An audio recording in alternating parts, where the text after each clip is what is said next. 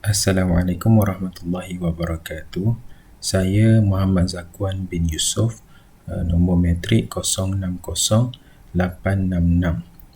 InsyaAllah saya akan membentangkan tugasan transliterasi teks Jawi Klasik Kitab Bughayatul Tullab karangan Syekh Daud bin Abdullah Al-Fatani, muka surat 105, iaitu Kitab Puasa.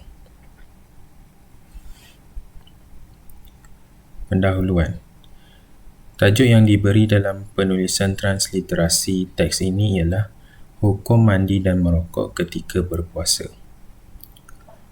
Puasa dari segi bahasa bermaksud menahan diri, manakala dari segi istilah pula, puasa bermaksud menahan diri daripada lapar dan dahaga serta perkara-perkara yang membatalkan puasa bermula dari terbit fajar sehingga terbenam matahari mengikut syarat-syarat tertentu dan disertai dengan niat.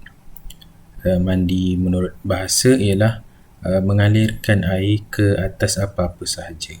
Manakala menurut syarak pula, mandi bermaksud mengalirkan air ke atas badan dengan niat yang tertentu. Rokok pula ialah tembakau yang digulung berbentuk silinder dalam daun nipah ataupun kertas dan lain daripada pelbagai jenis daun, dan dibakar hujungnya dan dibiarkan membara agar asapnya dapat dihirup melalui mulut pada hujung yang lain. Objektif tugasan ini yang pertama adalah untuk menerangkan serta menjelaskan secara terperinci tentang hukum hakam yang terdapat pada halaman 105 Kitab Bughayatul Tullab jilid 2 karangan Syekh Daud bin Abdullah Al-Fatani, yakni bab puasa ini. Yang kedua, mengetahui perkara-perkara yang membatalkan puasa serta yang dilarang ketika puasa supaya setiap perbuatan yang dilakukan tidaklah sia-sia. Dan yang ketiga, untuk menambahkan ilmu pengetahuan agama melalui pembacaan yang berkaitan hukum-hukum fiqh puasa yang telah disusun oleh pengarang kitab ini berdasarkan kitab-kitab fiqh yang masyhur. Baiklah, yang pertama, bab puasa. Ini kitab pada menyatakan hukum puasa. Kitab ini menerangkan tentang hukum hakam yang berkait dengan puasa. Hukum mandi ketika berpuasa. Dan demikian lagi, tiada batal puasa dengan sebab mandi, dan jika meresap air kepada batinnya pada segala lubang roma, dan tiada makruh bagi orang yang puasa mandi dan berminyak dan bercelak, hanya yang demikian itu khilaf aula, maka seyogianya menjauhkan daripada mengerjakan yang tersebut itu, sebab memelihara khilaf mazhab Imam Malik mengatakan batal puasa dengan yang tersebut itu, yakni bercelak. Jadi orang yang berpuasa dibolehkan mandi dan tidak batal puasanya kecuali jika dia sengaja memasukkan air ke dalam lubang yang ada pada tubuh badannya. Seseorang yang berpuasa, jika dia mandi atau berminyak ataupun bercelak, hukumnya tidak makruh tetapi dianggap sebagai khilaf aula, yakni jika ditinggalkan lebih baik. Maka lebih baik sekiranya ditinggalkan perkara tersebut, yakni mandi, berminyak ataupun bercelak ketika berpuasa, walaupun tidak makruh kerana menurut Imam Malik bercelak itu membatalkan puasa. Jadi untuk memelihara khilaf ni lebih baik ditinggalkan. Seterusnya, hukum menghisap rokok tembakau ketika berpuasa. Kata Syekh Shibra Mulisi, dan diambil daripadanya, yakni asap itu bukan dinamakan ain, bahawasanya tiada batal puasa dengan menghisap asap tembakau, kerana asap tembakau itu athar jua bukan ain pada uruf seperti asap setanggi jua. Jadi menurut Syekh Shibrul Mulisi, asap tembakau, yakni rokok lah, merupakan sesuatu yang athar, bukannya ain. Maka menghisap rokok tidak membatalkan puasa. Seterusnya, hukum menghisap rokok pipe ketika berpuasa.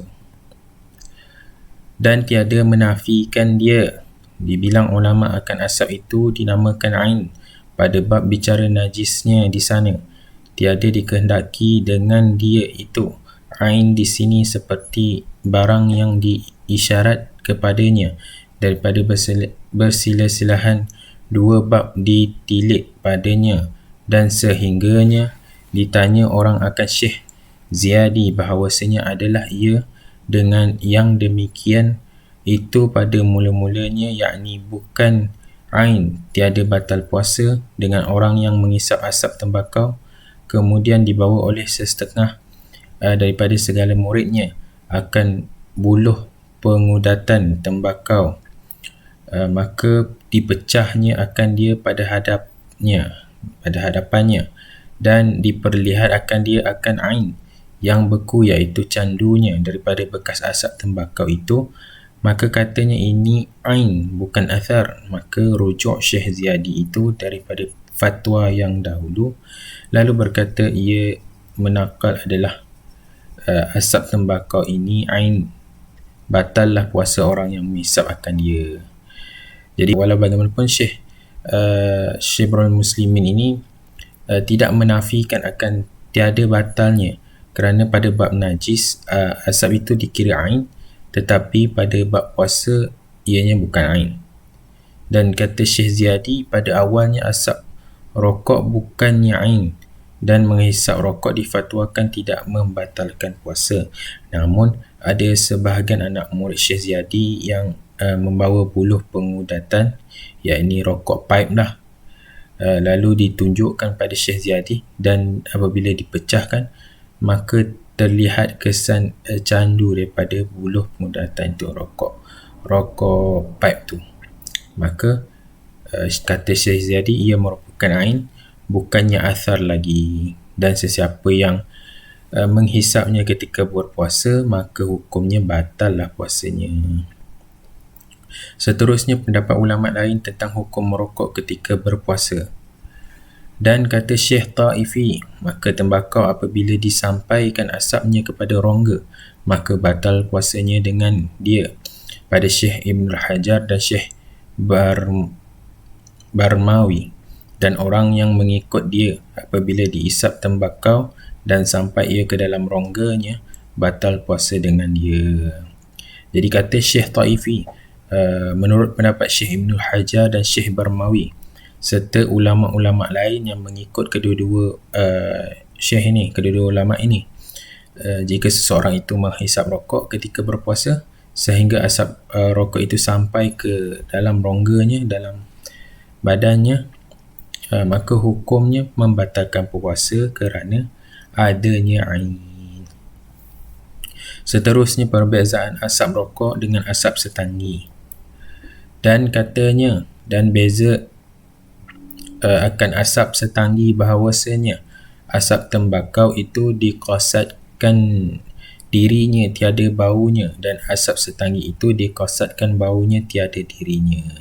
Jadi menurut Syekh Ta'ifi lagi, tidak boleh jika kita hendak mengkiaskan asap rokok dengan asap setanggi, kerana ia merupakan satu kias yang fasik, satu kias yang rosak.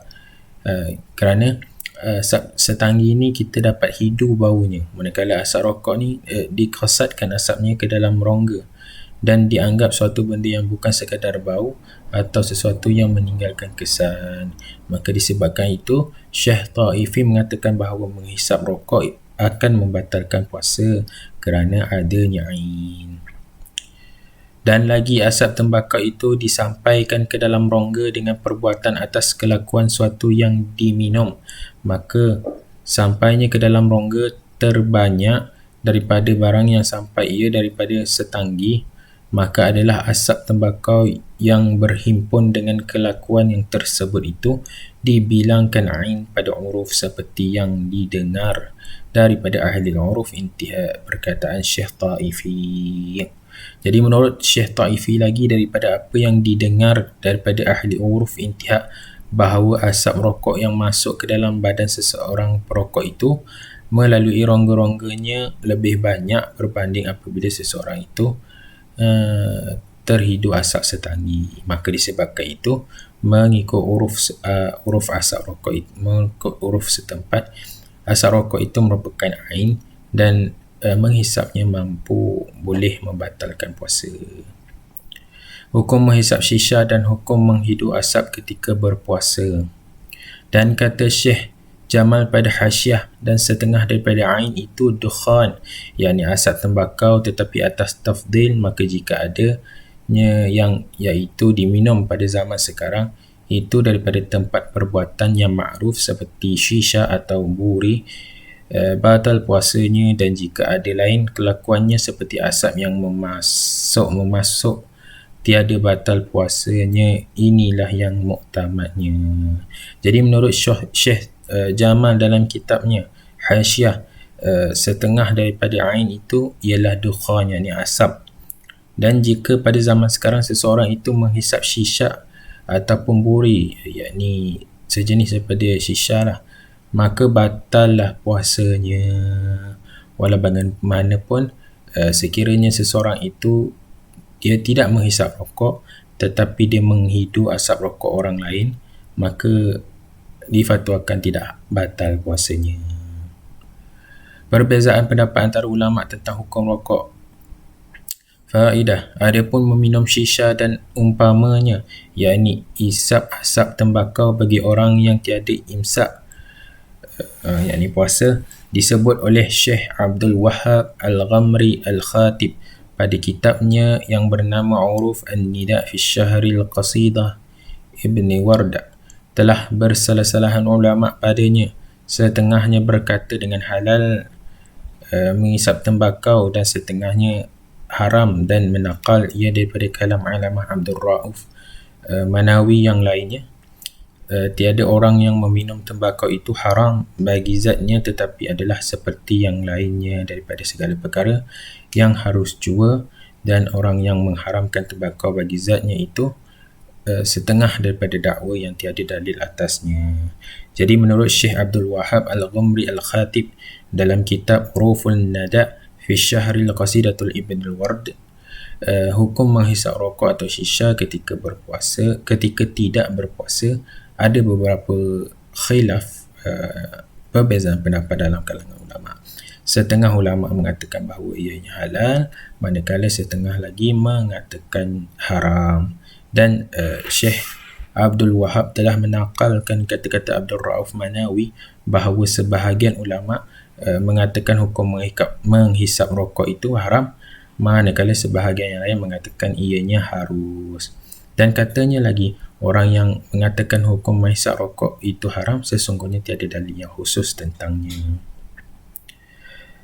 Seterusnya, pendapat ulama Syafi'i tentang hukum menghisap rokok. Kata setengah ulama daripada Hizmah Syafi'i, tiada haram isap tembakau sekira-kira tiada ada menghilangkan akal dan tiada pula memberi mudarat bagi tubuhnya, dan barang yang hasil bagi orang yang meminum akan dia lumpuh dan pusing kepala, dan umpama itu daripada ketiadaan menghilangkan akal dan tiada memberi mudarat pada tubuhnya, tiada mewajibkan haramnya. Jadi sesetengah ulama Syafi'i mengatakan bahawa hukum menghisap rokok adalah tidak haram sekiranya tidak mendatangkan kepada hilangnya akal seseorang itu dan tidak memberi mudarat kepada tubuh si perokok. Tetapi sekiranya dengan menghisap rokok itu datangnya mudarat seperti lumpuh, sakit kepala, hilang akal, maka hukumnya difatwakan haram. Kesimpulannya, dalam halaman ini terdapat perkara yang perlu diambil berat oleh setiap umat Islam, terutamanya hukum merokok ketika berpuasa. Sekiranya diambil mudah dan tidak cakna akan isu ini, maka puasa kita akan menjadi sia-sia, malah memberikan akibat dan kesan yang buruk terhadap pelaku, antaranya dimukai Allah Subhanahu Wa Taala, kehidupan jadi tidak tenang dan dibenci masyarakat dan banyak lagi. Dan setelah saya soroti hasil transliterasi teks Jawi pada halaman 105 ini, saya mampu mengenal pasti perkara yang dibincangkan dengan jelas dan baik.